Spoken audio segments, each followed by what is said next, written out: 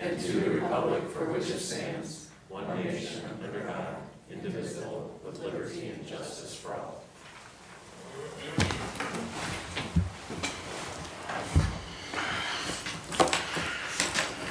Good morning, everyone. The prayer today is, Dear Lord, another day has come to us. Thank you for your mercy and kindness. Our Father, we are nothing without you. Thank you for everything. We lift everything up to you. As we face another day, please guide us with your wisdom and walk with us with your love. In Jesus' name, amen. Good morning, everyone. We're going to begin with public comment. Those wishing to make a comment or ask a question on items appearing on the agenda, please sign in and wait to be called upon. Begin by stating your full name or township or municipality, and you will have up to 3 minutes to comment or ask a question. You are kindly asked to refrain from disorderly or disruptive comment. Do we have anyone for comment on the agenda item? Yeah, no one signed up. So. Agenda item number 2, on August 24, 2026, the Deputy County Administrator, under authority of Resolution 26-003 and under the direction of the County Commissioners, approved the hiring of Austin Wise to the Water Department position of mechanic, position number 2310, to be effective September 14, 2026, at the rate of $29.26 per hour with a 1-year probationary period. This offer of employment is contingent upon the successful completion of the required pre-employment conditions. Thank you. Item number 3, the Commissioner's Office is requesting the Board approve and execute the minutes for meeting March 31st, 2026. I move to approve. Second, call for a vote. Commissioner Brackey. Aye. Commissioner Warwick. Yes. Financials. Morning, Commissioners. Adrian Gordon with the Commissioner's Office. Today's financials, among other encumbrances, includes a formal contract PO from maintenance to Grinnell Cachero Company for the Opera House Masonry Restoration Project. And among the vouchers is $17,314.50 from the Commissioners to the Northeast Ohio Area-Wide Coordinating Agency for fiscal year 2027 membership dues for the Commissioners and the engineer. These costs reflect a 50% rebate given due to NOACA's current financial position. Last year, the total amount was $34,629. Also, there's $110,948.57 from maintenance to Ohio Paving and Construction Company for a partial pay request for the Safety Center parking lot project. I'm just going to note that the NOACA dues, that was approved at the June meeting, that decrease of the dues, and came about, I mean, just from good financial management of NOACA, but in part, they had an additional interest income of over $1 million. So just for information. I'll move to approve the financials. On the, well, I second, but I have a question. Sure. With the Ohio Paving, is that the last partial payment? No, it looks like there still will be probably a couple more, I would imagine. And They're then- about halfway, 2/3 of the way through their encumbrance amount. Okay, thank you. Call for vote? Commissioner Brackey. Aye. Commissioner Warwick. Yes. Thank you very much. Thanks, Adrian.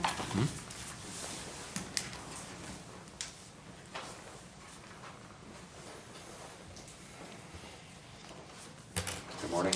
Good morning. We got a fun one this morning. We do. Jessica Bolt, Director, Department on Aging.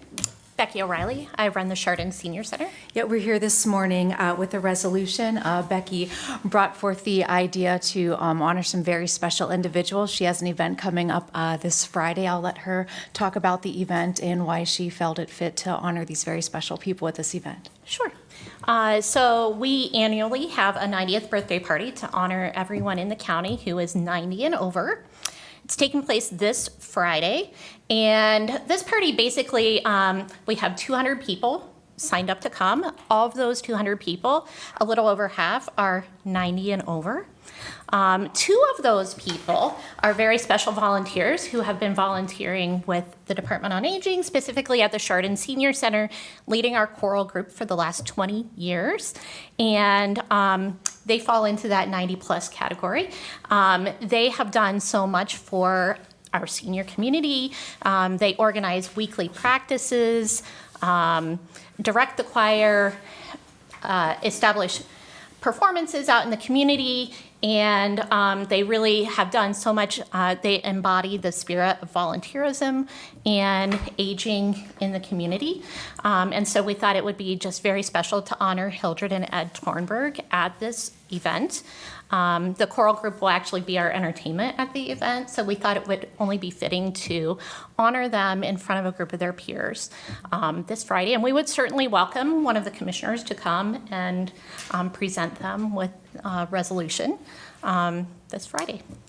All right. Well, I read the resolution. I thought it was, I loved reading about how they got involved, and had no idea they were over 90, though, when I read that. So that was kind of an unexpected detail when you presented it just now. Right. I'll move to approve the resolution. Second the motion. Any discussion?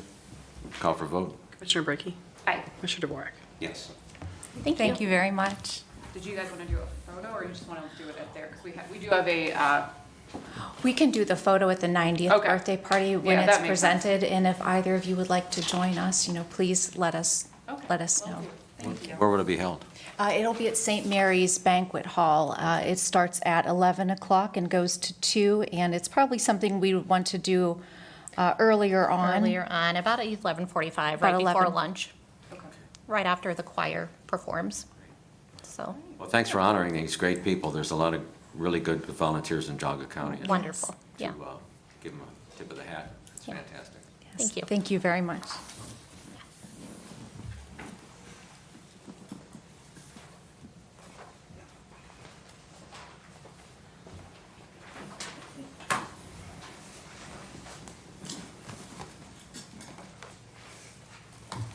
Good morning.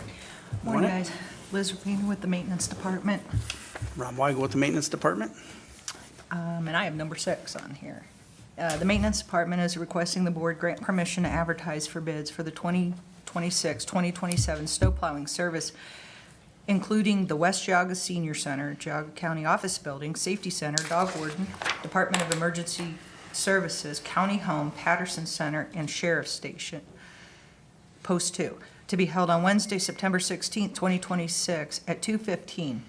Notice of this bid opening will be advertised on August 28th, 2026 and September 4th, 2026, and on the county website. Snow man, right? Already, we gotta get ready, I guess. I know, no one's excited. I'll move to approve number 6. I'll second the motion. Any more discussion? Call for vote. Commissioner Brackey. Aye. Commissioner DeWark. Yes. All right, I got number 7 here. The Maintenance Department is requesting the board to grant permission to advertise for requests for proposals for food and beverage concession services in Geauga County Office Building, with the proposals due by 4 p.m. on September 24th, 2026. Notice of this request for proposals will be advertised on August 28th, 2026 through September 4th, 2026, and on the county website. So I just wanted to, I read the proposal. I thought you guys did a great job. I know Amy was very involved in that as well. I think this will be a great thing for our employees. I mean, there really aren't dining options around. Yeah. And I know there were issues with the prior vending machines and expired products in them and so forth. So hopefully this will at least give our employees opportunities for fresh snacks, and we'll see what kind of proposals we get. I look forward to seeing. That's what I'm excited for, to Yeah. see what comes available, the ideas that people come to us with, so. Right, yeah, I mean, when Amy brought it to me, I said, I think we just need to make sure we have as much flexibility for these vendors as possible, because folks may not want to be here 5 days a week, and that may not make financial sense. So it will be interesting to see, what sort of things people, and I think it's possible, right, that we could actually award multiple bids depending on what How we they get. come in, Yeah, yeah, right. exactly. Yeah. Lots of flexibility with this. I thought Yeah, that was I good think that's for the us. key. Yeah, absolutely. I'll move to approve number 7. Second the motion. Discussion. read the contract, but is there something in there about commission? We'll get a commission off of each item? There is, and then that's all up for discussion in the proposals. Yeah. So when we get the proposals, that's part of our, how we're gonna rate each vendor when they give us their proposals. Long time ago, I had a vending machine business, so. And I they hope you all, ran it better than the one we they- had. It's a low bar, I think. everything was fresh. I checked the machines every week, so. But anyways, thank you. Call for a vote? Commissioner Brackey. Aye. Commissioner DeBoer. Yes. All right, thank you. Thanks, guys. The next item on the agenda is a request to approve and execute Resolution 26-131 for the Seventh Amendment approving the use of county credit cards for the year 2026 for agencies and cardholders to add additional users for the Department of Water Resources. And then number 9 is to approve and authorize the President of the Board to execute the application for the authorization to permit the use of credit cards. This adds Jeremy Neal and Sean Maruna to the Tractor Supply commercial account and Jeremy Neal to the Home Depot commercial account for water resources. I'll move to approve 8 and 9. Second the motion. Any discussion? Call for a vote? Commissioner Brackey. Aye. Commissioner DeBoer. Yes. We're sailing through today. Who was the next one? Is that you, Mark? No. Christie again. It's all you, Christie. As you were aware that the commissioners concurrently were at the Budget Commission meeting last Monday. During that meeting, there was some discussion about some options of returning funding back to the taxpayers. And so before the board today is a request to approve and execute Resolution 26-132, requesting the Geauga County Budget Commission suspend collection of the Job and Family Services half-mil levy for the tax year 2026. So I'll note that this should amount to over $1.6 million in tax relief for our residents, which that number is substantial, but I recognize that spread out across all of Geauga County and all of our residents, all of our taxpayers, it will be relatively modest, but still it's money that will remain with taxpayers and rather than be collected by the government, so I think we should do it. Just to give folks a little bit of history that may not be aware, some of this goes back to the 2023 revaluation. That's when property values increased substantially, which also increased the county's inside millage revenue, and that's the portion of your property tax bill that is unvoted for. But of course, if you have a higher appraised value on your home, that doesn't equal cash in your pocket. So unless you sell your home, you haven't actually realized that increase in value. So over the last few years, at least as long as I've been watching, the commissioners and the Budget Commission have worked together to using levy suppression to offset that unvoted increase, rather than simply allowing the county to collect money because property values went up, to collect more money. And then it's also, I think, important to keep the county's role in perspective as far as the overall property tax burden. As Adrian's pointed out in his tax budget presentation, only about 16 cents of every property tax dollar paid by the average Geauga County homeowner goes to county programs. And about only 5 cents of every property tax dollar actually goes to the county general fund through that inside millage. So most of the rest of that county share is things that the voters have approved, which means we only really have a small piece of that pie of your tax bill. And then going forward, I also wanted to bring up House Bill 335, Commissioner, if you're unaware, which limits the growth of inside millage resulting from future reappraisals and updates. I think it's good news for taxpayers because it won't allow what happened before with that 33% jump in property values. It will cap that growth with inflation, but it also means that the county may not see the same excess revenue in future years that we've seen recently. So I guess in conclusion, we shouldn't collect money simply because we can, and when revenues allow us to adequately fund county government, still do the same services that people rely on and reduce what we're collecting from taxpayers, I think we should absolutely do it. So I'll move to approve item number 10. Second the motion. Discussion. And keep in mind, we've almost done this every year, which we save about $1.7 million. Now, to make the Job and Family Services whole, we take that 1.7 out of the general fund, so they're not missing anything to operate. So, Yeah, that's a good clarification, Commissioner. If I can add, Commissioners, JFS is not here, but they wanted to make sure that the public realizes they do support returning money back to the taxpayers, and they're all for that. But they don't want the public to think that they didn't need the levy and they do need that money, and that they will be made whole through the general fund. So it's not taken away from Job and Family Services. right. So, call for a vote? Commissioner Becky? Aye. Commissioner DeWort? Yes.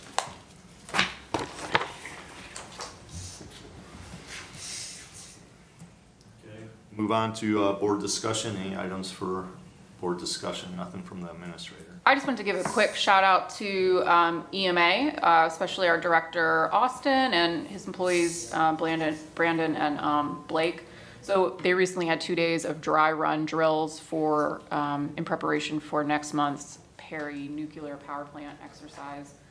This is my first time as commissioner doing all of that, and I was really impressed by how professional they were, how prepared they were, but they still somehow made it fun and not a miserable experience despite being inside with no windows for 2 days. So I wanted to recognize the work they're doing behind the scenes and make sure people know that the county's prepared in the, hopefully we never have to put that to use, but I thought they did a great job.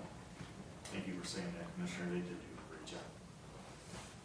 Any other board discussion items? Okay, nothing further. We'll move on to public comment. Same rules apply. This public comment is open to any item of concern or questions the public may have. I do have someone that's signed in. He's already got the microphone. Okay. That's Howard from South Russell. And the item that he'd like to talk about is fair safety. Go ahead. Thank you. Howard, South Russell. Has any resolution been made regarding the pedestrian safety outside the fairgrounds next week? Anybody in this room have any thoughts on what's going on at the fairground next week? Pedestrian safety? What's the speed limit? Who's going to direct the traffic?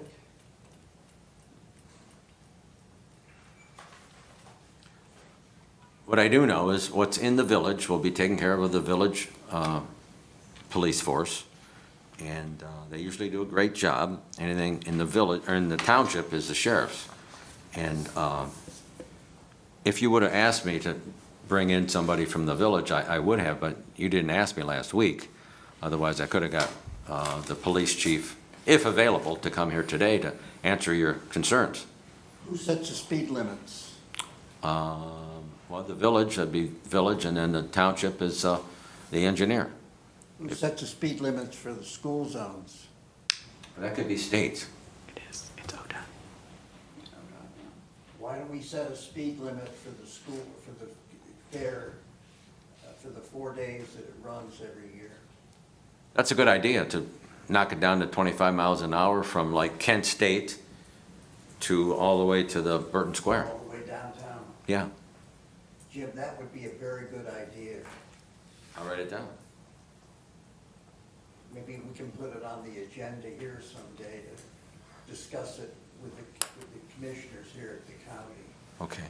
Well, keep in mind, we're not overseeing the sheriff or overseeing the police chief of the village. We're not emperors or kings or queens over them. So we try to work as a team and the best for the community. But the fairgrounds are the responsibility of the county, and the safety of the people that are coming to the fair, and the sheriff takes care of them while they're at the fair. But who is responsible for them outside the fair? I doubt very much the sheriff does it. And somebody needs to set, as you mentioned, the speed limit, and hopefully this could even be manifested by somebody between now and next Thursday. Thank you very much. Thank you. Anybody else for public comment? Okay, hearing none, we will continue with item 13. I'll move to go into executive session for the purposes of discussing compensation of public employees pursuant to ORC 121.22G1. It's going to be myself and Megan joining the commissioners. Second the motion? Commissioner Brackey, Aye. Commissioner DeBoer. Yes. And at 9:50. And at 9:50.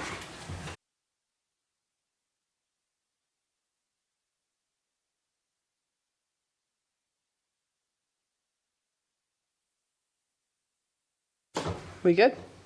All right. I have Back. you returning at 10:10. Okay.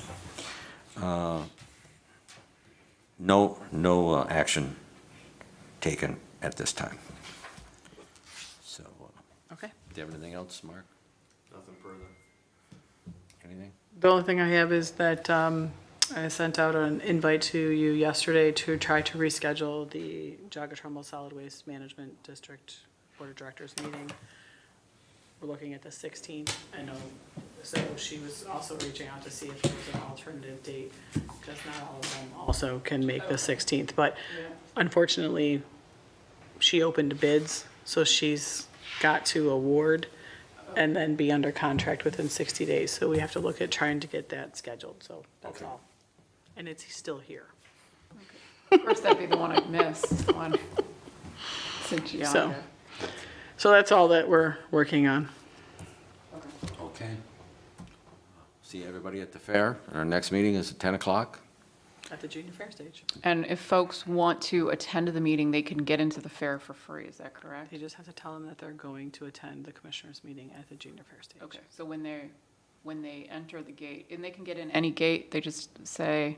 I'm not sure if it's at any gate, but I know it's the main Okay. gates. If you go into the main gate and you tell them, I wish to attend the Commissioners meeting. commissioners meeting, you should get into the fair for free. Because it's an open meeting.